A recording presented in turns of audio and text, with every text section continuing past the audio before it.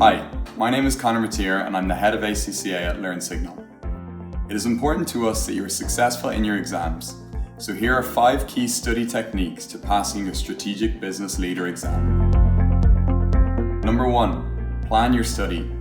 Make sure you have a detailed study plan and stick to it. 2, study regular and often. 60 to 90 minutes a day for 5 days is much better than one long day. 3, practice questions. Build the knowledge and practice relevant questions as you go. 4, complete a mock exam. Don't let the first time you attempt the exam be the day of your exam. No 2 subjects are the same. 5, examiner reports and articles. Vital information and guaranteed marks are available if you take the advice on offer.